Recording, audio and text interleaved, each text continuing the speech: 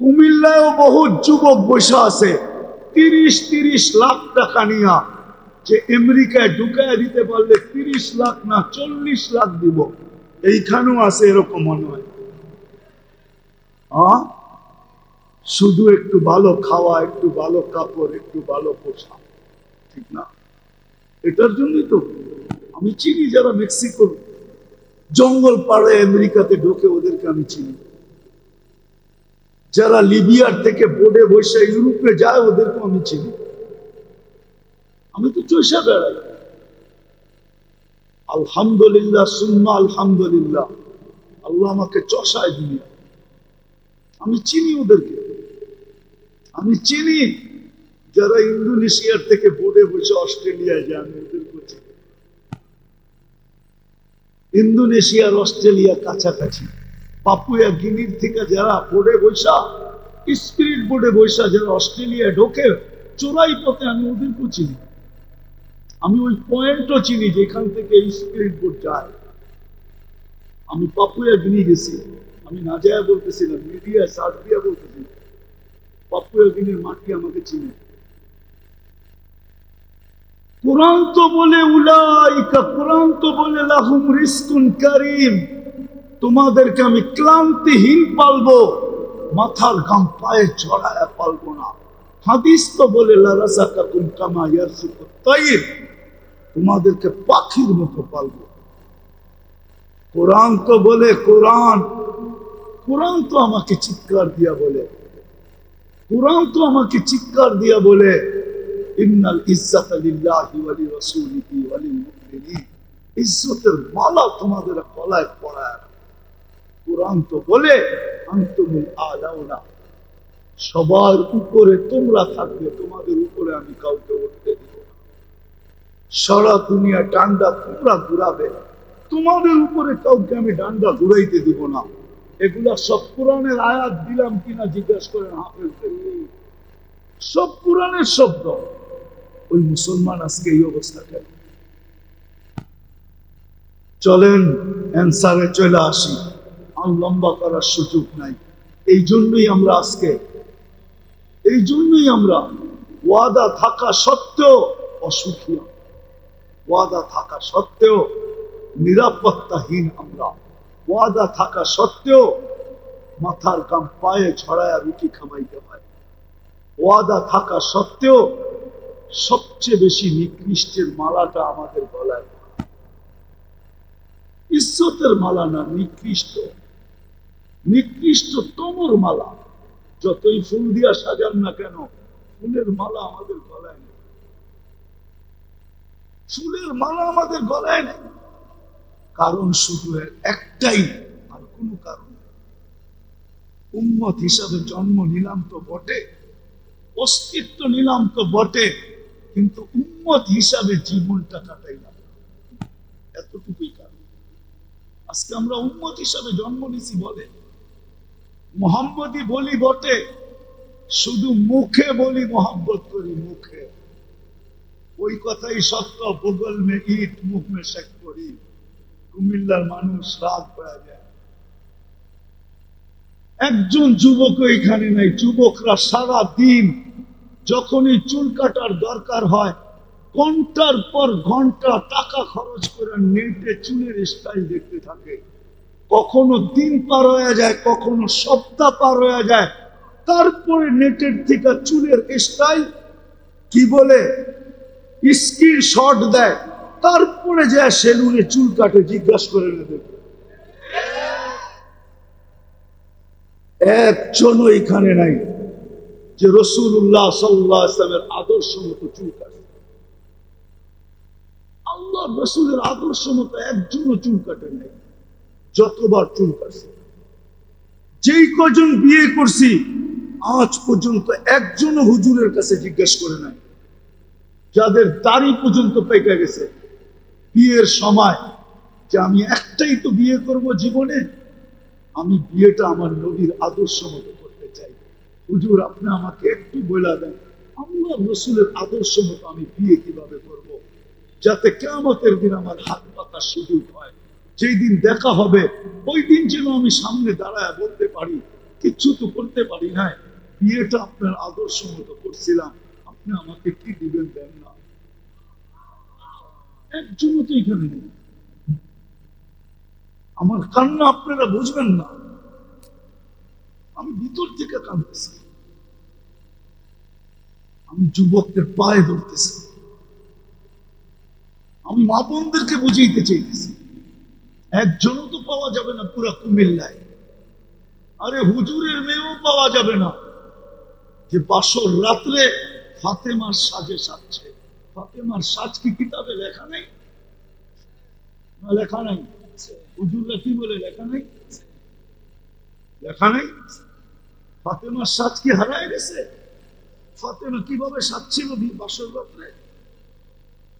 তাইলে তো কিয়ামতের দিন সুযোগ হইতো ফাতেমার জানলার নিচে দাঁড়ানো। যদি জিজ্ঞাসা করতো তুই কোত্থেকে আসলি, তুমি কে, বলে আমি যেই হই না কেন আমার বাসর রাতের শ্বাসটা আপনার মতো ছিল, আমাকেও জানলার নিচে নিয়ে চলেন না জান্নাতে।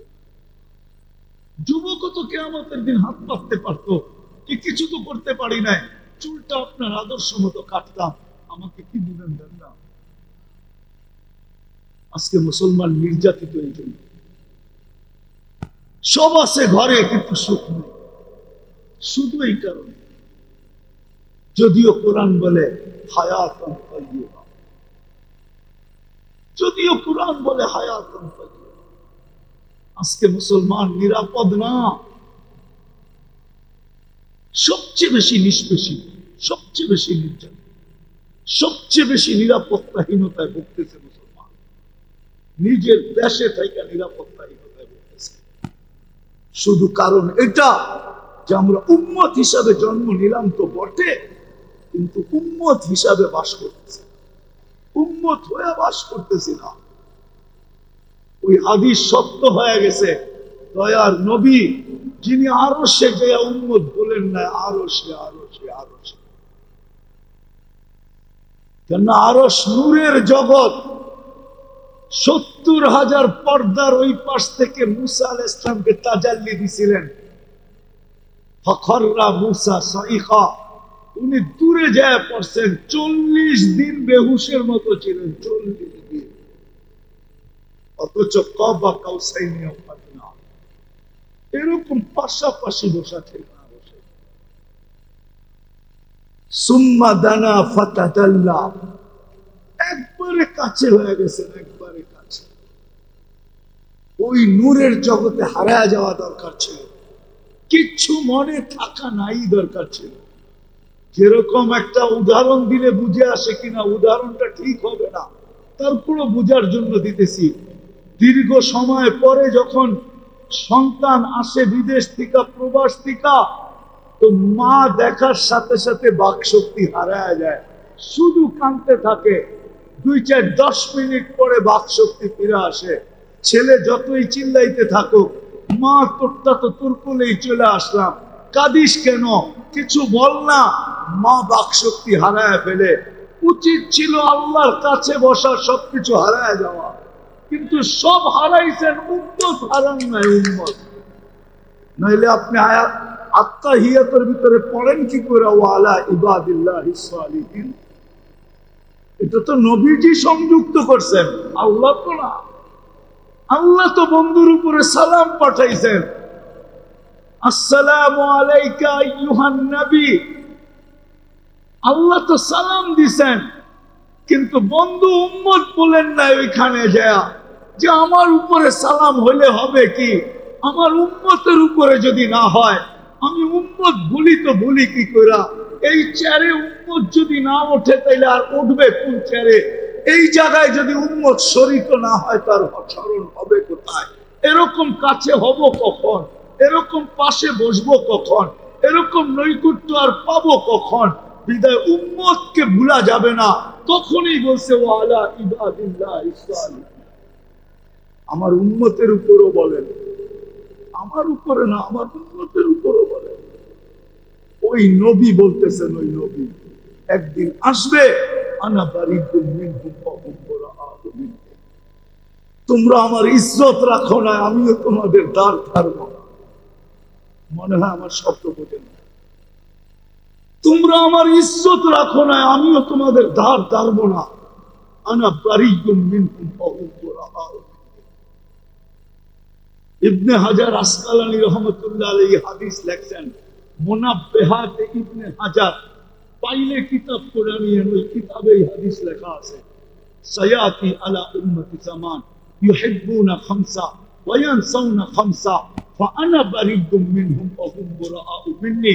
এরা 5 জিনিসকে ভালোবাসবে, 5 জিনিস ভুলে যাবে, তখন এরা আমার ইজ্জত রাখবে না, আমিও এদের ধার ধারবো। আল্লাহ চিৎকার দিয়া বলে, বন্ধু আপনি যখন ধার ধারবেন না, তো আমারটাও আপনার উম্মতকে শুনায়া দেই, ফামুতু বিআইয়ি আউদিয়াতিন আন তামুতু, যেখানে মরে চাই ওইখানে যায় মরো, লা ইউবালি বিকুমুল্লাহু বালা, আমরা তোমাদের পরোয়াই করব না। আজকে উম্মত হিসাবে জন্ম নিছি, কিন্তু উম্মত হিসাবে বাস করতেছি। সত্য তো? নাইলে যুবকের পোশাক এরকম হতো কেন? মা বোনরা চুল খুলা করতো কেন? নেটে দেখা কেন কাপড় বানাইত? হায় হায় হায়, নবীর তরিকা ছেড়া দিয়া, সুন্নত ছেড়া দিয়া আজকে উম্মত। সত্য তো এটাই ছিল, क्या वफा तूने मोहम्मद से तो हम तेरे हैं। আল্লাহর তো ঘোষণা ছিল, আমার বন্ধুর হইয়া দেখ না, আমি তোর হয়ে যাব। ये दुनिया क्या चीज है, ये जहां क्या चीज है, ये लौह कलम तेरे हैं। দুনিয়া মশার পরের সমান দাম না, এটার কি জিনিস? সমগ্র জগৎ তোদের হাতে উঠায় দিয়া দিব। যদি জগৎ হাতে উঠায় না দিতেন, তাহলে টুকা দিয়া ভূমিকম্প দূর করলো, তো দূর করলো কি করে? চিঠি দিয়া সমুদ্রকে পানি ছাড়তে বাধ্য করলো, তো করলো কি করে?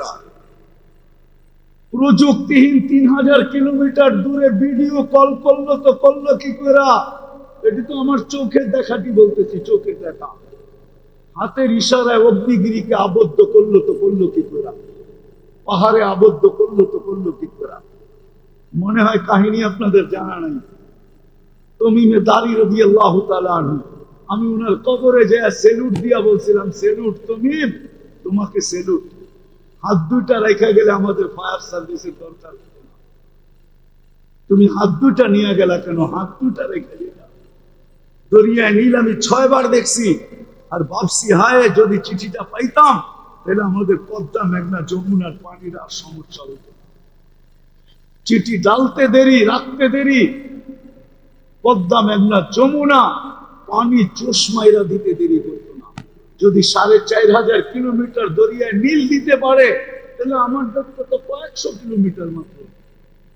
আমি তো দেখা বলতেছি, ওই পাহাড় এখনো বন্দর আব্বাসে রাখা আছে, 3000 কিলোমিটার দূরে পাহাড় সমান সাইনবোর্ড লাগানো আছে। পাহাড়ের পাহাড় সমান, হাদা হুয়াল জাবাল, এটা ওই পাহাড় যেটা ওমর রাদিয়াল্লাহু তাআলা আনহু মেম্বার থেকে দেখায় দিয়েছিলেন। এই পাহাড় সামলা, যদি যুদ্ধে জিততে চাস 3000 কিলোমিটার দূর। আমাকে তো চিনাইতে হবে না। আলহামদুলিল্লাহ, সুম্মা আলহামদুলিল্লাহ, হয়তো 2-4 হাজার সাহাবার কবর আমি দেখি নাই, বাকি সব দেখা শেষ। কোরআন হাদিসে যত ঐতিহ্যময় জায়গা আছে, এই 2 চোখে দেখা শেষ। যত নবীদের জায়গা চিহ্নিত আছে, আলহামদুলিল্লাহ সুম্মা আলহামদুলিল্লাহ, সব এই 2 চোখে দেখা শেষ। এখন শুধু জান্নাতটা দেখতে চাই, আল্লাহকে দেখতে চাই, বাস এতটুকু আশা বাকি আছে। বাকি সব দেখা শেষ। আমি তো দেখা বলতেছি, উম্মত হিসাবে জন্ম তো নিছি, কিন্তু উম্মত হয়ে বাস করলাম, যার কারণে আমরা আজকে সবার মনের ভিতরে প্রশ্ন, আমরা কেন নিচ্ছি?